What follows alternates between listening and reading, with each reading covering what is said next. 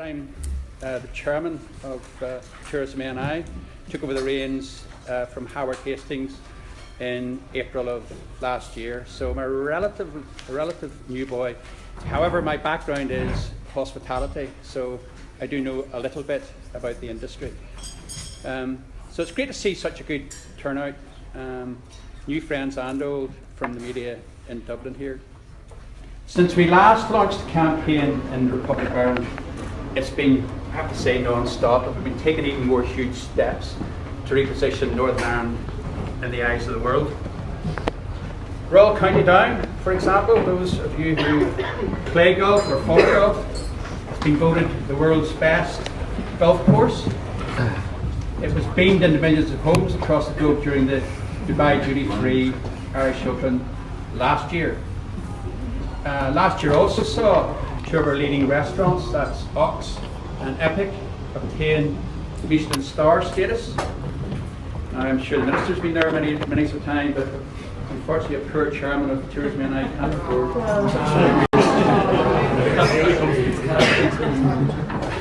it's the local fish and chipper for me.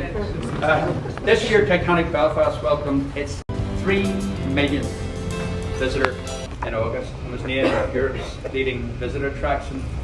And for those who have a bit of a memory, it's interesting to note that there were those who said very vocally and in public that it would never reach its targets in terms of those that were stated in the business case. So how wrong were they? Fantastic visitor attraction. For those who haven't been there, please go and see it. It's exciting, it's interesting. We're about to open a brand new Seamus Healy Centre for the arts in Balachi in a few days' time. In fact, we would be going up there for the opening. And in case you haven't heard, we've managed to attract the biggest golf tournament in the world. That's the British Open, and it'll come to Portrush in 2019. In golf, we also have the world's highest profile player in Rory McIlroy, who's just trousered another $11 million at the weekend, and that was an exciting finish in itself. And also, of course, we've got the Ryder Cup captain in Darren Clark. So that gives us lots on which we can build.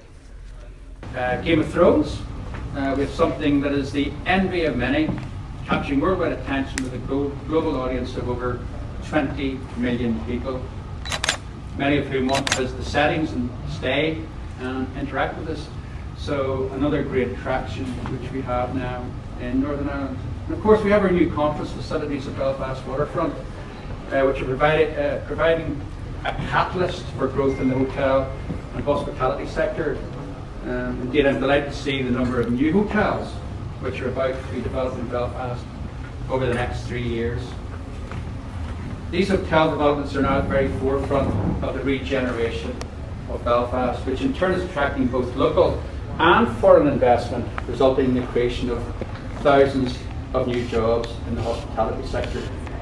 And we have a target for the hospitality sector by within the next 4 years to have 50,000 jobs in the hospitality sector in Northern Ireland. That's very significant. Many of those, of course, were our young people coming through. So an incredible contribution to our economy in Northern Ireland. Tourism now accounts for 5.2% of our GDP in Northern Ireland and currently supports 43,000 jobs. So indeed, it's been absolutely critical to the transformation that's taken place in Northern Ireland over the past 10 years. It's helping us to project a new image to the world, and it's the bedrock upon which the regeneration of places like Belfast, Derry, Newcastle and Portrush have all been built. In 2011 we were set a target of doubling tourism revenue to 1 billion by 2020, so we've got less than 4 years now, and we'll be up to $1 billion. I'm pleased to say we're well on the way to achieving that target. And that doesn't mean, Minister, that you should raise the target again. So we know that travellers who are likely to visit Northern Ireland are becoming increasingly sophisticated. They're looking for a range of experiences, from iconic offerings like the Causeway, to more obscure, off the beaten track type experiences. And most importantly, they want opportunity to enjoy the company of local people. The discerning traveller, as you all know, is looking for and willing to pay more for an experience that they can not only enjoy and tell their friends and relatives about, but one that's just a little bit different. This type of traveller is well suited to what we in Northern Ireland have to offer, and indeed we're increasing our range of offerings and experiences in order to do just that and attract more of those people. We know that to achieve our full potential, to reach that 1 billion and beyond, we must become increasingly competitive in what is a global marketplace. When we compare ourselves to our nearest neighbours, there's clearly potential for further growth, significant growth. Visitor spend in the Republic of Ireland last year alone grew by a staggering 20% and demonstrates the opportunity that is there to grasp for us. We're about to hear from Simon Hamilton, our Minister for the Economy. I'm pleased to say that immediately upon his appointment in May last year, Simon gave his personal commitment to tourism and progressing a new cross-cutting strategy through our executive, which will set out our ambition and our direction of travel for the next decade. Thank you for joining us this afternoon. Please enjoy the food, the drink, the crack. Thanks for listening patiently to the warm-up act.